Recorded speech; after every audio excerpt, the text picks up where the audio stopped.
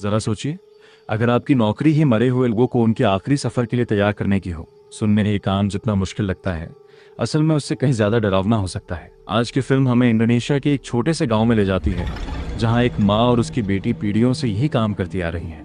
उनके लिए ये सिर्फ एक नौकरी नहीं, बल्कि लोगों के प्रति आखिरी सम्मान दिखाने का एक तरीका है। लेकिन इस गांव में धीरे धीरे कुछ ऐसी घटनाएं होने लगती हैं जो सामान्य नहीं लगती। एक मौत, फिर दूसरी, और हर नई घटना के साथ माहौल और भी ज्यादा बेचैन करने वाला बनता जाता है।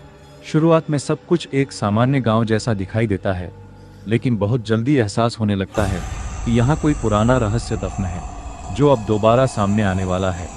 फिल्म की सबसे बड़ी ताकत इसके डरावने दृश्य नहीं, बल्कि इसका माहौल है। हर छोटी सी बात आपको यही महसूस कराती है कि कुछ बहुत गलत होने वाला है। और यहीं से लैला की जिंदगी एक ऐसे मोड़ पर पहुंचती है जहां उसे सिर्फ लाशों का सामना नहीं करना पड़ता, बल्कि उन सवालों का भी जिनके जवाब पूरे गांव से जुड़े हुए हैं। अब आगे जो होता है वही इस कहानी को एक साधारण हॉरर फिल्म से अलग बनाता है।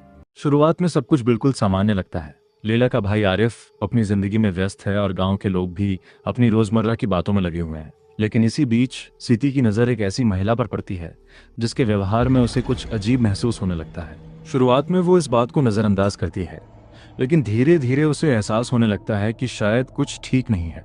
और वो महिला और कोई नहीं बल्कि मिसेस ईना है, जो वो सेम ग्रुप से हैं। यहीं से फिल्म अपना माहौल बनाना शुरू करती है।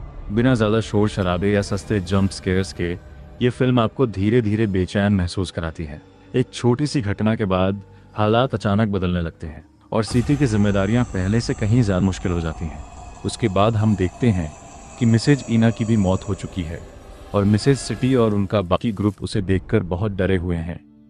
इसके बाद फिल्म कुछ ऐसे संकेत देती है जो बताते हैं कि गांव में जो कुछ हो रहा है वो सिर्फ एक संयोग नहीं हो सकता। एक सीन आता है बीच में जहां मिसेस सिटी प्रे कर रही होती है, पर उसके पीछे और कोई भी होता है जो शायद सबको नहीं दिखता। सिटी की बेचैनी बढ़ती जाती है और उसके आसपास होने वाली अजीब घटनाएं इस बात का एहसास कराती हैं कि कहानी अब एक खतरनाक मोड़ लेने वाली है।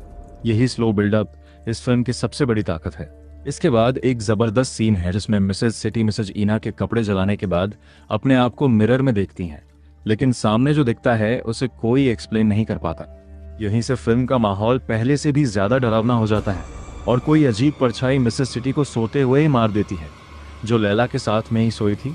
और लैला को अपनी माँ के मुंह में एक लोहे का तार मिलता है, जिस वजह से वो बहुत डर जाती है और ये मौत का खेल और डरावना हो जाता है। लैला को अब सिर्फ अपने काम का बोझ नहीं, बल्कि एक ऐसे रहस्य का सामना करना पड़ रहा है जो हर नई मौत के साथ और गहरा होता जा रहा है। जितना वो सच के करीब पहुंचने की कोशिश करती है, उतना ही उसे एहसास होने लगता है कि इन घटनाओं के पीछे कोई पुरानी कहानी छिपी हुई है। एक के बाद एक मौतें होती हैं और उन लाशों को वॉश करने का काम अब मिसेज सिटी के बाद उनकी बेटी मतलब लैला को ही करना पड़ता है। फिल्म की सबसे दिलचस्प बात यह है कि ये आपको हर जवाब तुरंत नहीं देती। हर नई घटना सिर्फ एक और सवाल खड़ा कर देती है। कुछ अजीब निशान, लोगों का बदला हुआ व्यवहार और गांव में फैला डर, ये सब मिलकर ऐसा माहौल बनाते हैं कि आपको खुद भी लगने लगता है कि शायद यहाँ कुछ अलौकिक हो रहा है। यहीं से लैला सिर्फ एक शव स्नान करने वाली लड़की नहीं रह जाती, बल्कि सच की तलाश में निकलने वाली इंसान बन जाती है। इसी बीच लैला को नूर के बारे में पता चलता है, जो उसी विलेज में रहा करती थी और वहाँ की लेडीज की दोस्त भी थी। और जैसे जैसे लैला पुराने राजों की परतें खोलती है, कहानी और भी ज्यादा खतरनाक होती चली जाती है। इसी बीच लैला एक ग्रेव को खोदती है जो उस औरत की थी जो सबसे पहले मरी थी। ये वो सीक्वेंस है जहां लैला बहुत सारे शव से घिर ली जाती है, जो आप इस मूवी के टाइटल पे देख पाते हैं। ये सीक्वेंस बहुत डरावना है और लैला को उस शव से भी वही लोहे की चीज मिलती है जो बाकी शव में भी थी। यहीं से फिल्म सिर्फ एक हॉरर कहानी नहीं रहती, बल्कि एक रहस्य में बदल जाती है। लैला को अलग अलग लोगों से ऐसे संकेत मिलने लगते हैं जिनसे उसे एहसास होता है कि गांव का अतीत शायद उतना साफ नहीं है जितना ऊपर से दिखाई देता है। उसे एक जगह से कुछ पुराने फोटोग्राफ्स भी मिलते हैं जहां उसे पता चलता है कि नूर कौन है और उसकी बेटी कौन है। कुछ लोगों के आरोप, कुछ अधूरी बातें और कुछ पुराने रिश्ते, ये सब मिलकर शक का दायरा लगातार बढ़ाते जाते हैं। फिल्म यहाँ एक दिलचस्प काम करती है। हर नए सुराग के साथ ऐसा लगता है कि अब सच सामने आने वाला है, लेकिन अगले ही पल कहानी फिर एक नया सवाल खड़ा कर देती है।